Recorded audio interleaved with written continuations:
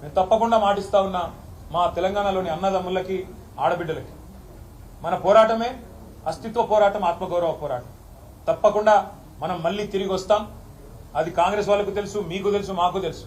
4 ఏళ్లలో మళ్ళీ కేసీఆర్ గారి నాయకత్వంలో తిరిగి తెలంగాణలో ప్రభుత్వం కూడా మనది ఏర్పడుతుంది.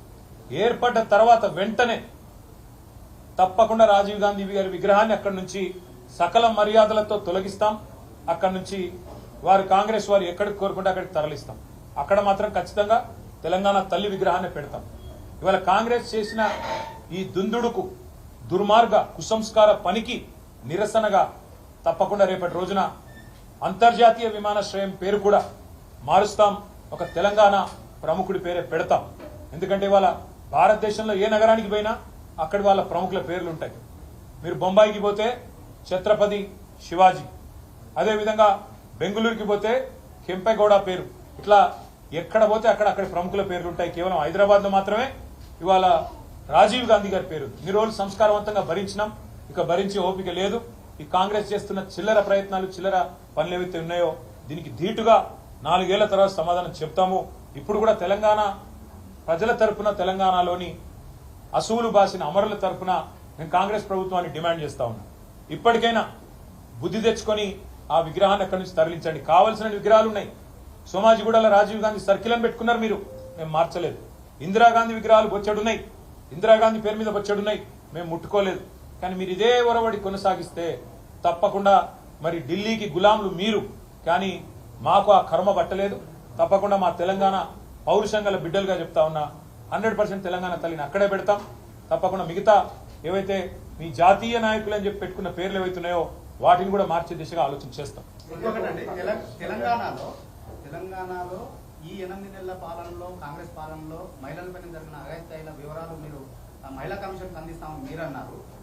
బీఆర్ఎస్ 9 ఏళ్ల పాలనలో 1,50,000 చిలుకు అఘాయిత్యాలు జరగా వివరాలని కూడా కేటీఆర్ మాట్లాడితే బాగుంటుంది. ఆ వివరాలని నిన్న బయట పెట్టారు సీతక్క. సరే, ఇన్ని రోజులు 8 నెలలు గవర్నమెంట్ ఉన్న తర్వాత మొత్తానికి మంత్రి గారికి మహిళల మీద జరిగిన అఘాయిత్యాలు గుర్తుకొచ్చినందుకు, ఇప్పటికైనా గుర్తుకొచ్చినందుకు మంచిదే. మహిళా కమిషన్ కానీ ప్రభుత్వం కానీ చేయాల్సిందేంది?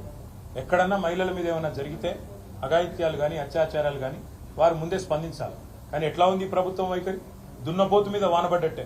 అక్కడ కొల్లాపూర్లో ఒక చెంచు మహిళ మీద అఘాయిత్యం జరిగితే మా నాయకురాలు సత్యవతి గారు, సబిత గారు, మా నాయకులు మరి జనార్దన్ రెడ్డి గారు, గోవల బాలరాజు గారు, బీరం హర్షవర్ధన్ రెడ్డి గారు అందరూ పోయి ఆ అమ్మాయిని నాగర్ కర్నూలు ఆసుపత్రిలో చేర్పించేదాకా స్పందన లేదు. అదేవిధంగా మొన్నటికి మొన్న షాద్ నగర్ లో ఒక దళిత మహిళ మీద అక్కడ పోలీసులు అఘాయిత్యం చేస్తే దాని మీద స్పందన లేదు. చివరికి మా నాయకురాలు సబితా ఇంద్రారెడ్డి గారు పోయి గొడవ చేస్తే, మా ఆర్ఎస్ ప్రవీణ్ కుమార్ గారు పోయి గొడవ చేస్తే మొన్న మధ్యన ఆ పోలీసులను సస్పెండ్ చేసింది.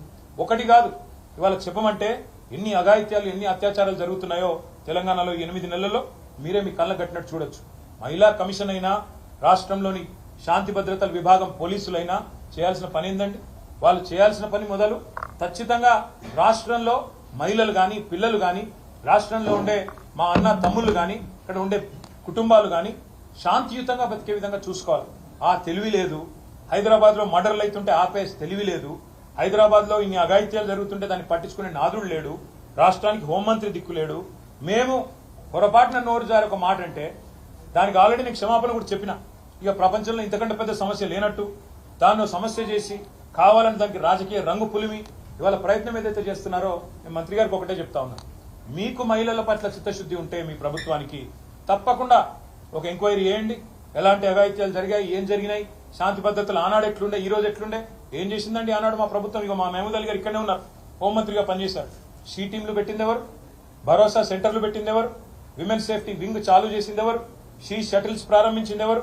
దిశాని ఆ రోజు ఒక ఇన్సిడెంట్ జరిగితే వాళ్ళు నేను అడుగుతా ఉన్నా, కోల్కతాలో ఒక అమ్మాయి మౌమితా గారి మీద అక్కడ దాడి జరిగితే, అఘాయిత్యం జరిగితే, చాలా కిరాతకంగా అమ్మాయిని చంపేస్తే ఏమంటున్నారు ఇవాళ ఢిల్లీలో డాక్టర్లు, ఇంకా ఇతర చోట్ల, ఇతర నగరాల్లో అక్కడ నిరసన చెప్తున్న డాక్టర్లు ఏమంటున్నారు? తెలంగాణ తరహాలో న్యాయం చేయండి అంటున్నారు. That is KCR, that is Telangana. మీకున్నదా మాట్లాడే నైతిక హక్కు? వాళ్ళు ఏం జరుగుతున్నది తెలంగాణలో? ఎవరి మాన ప్రాణాలకు రక్షణ లేదు, ఆస్తులకు రక్షణ లేదు. తెలంగాణలో విచ్చలవిడిగా ఇవాళ కిరాతకంగా హత్యలు జరుగుతుంటే పట్టించుకునే నాదుడు లేడు, హోమ్ మినిస్టర్ లేడు. వీళ్ళు మాట్లాడతారా? తప్పకుండా అన్ని విషయాలు ప్రజలను దృష్టిలో పెడతాము. 100% ప్రజల దృష్టిలో కాంగ్రెస్ పార్టీని ఎండగడతాం. Thank you. I think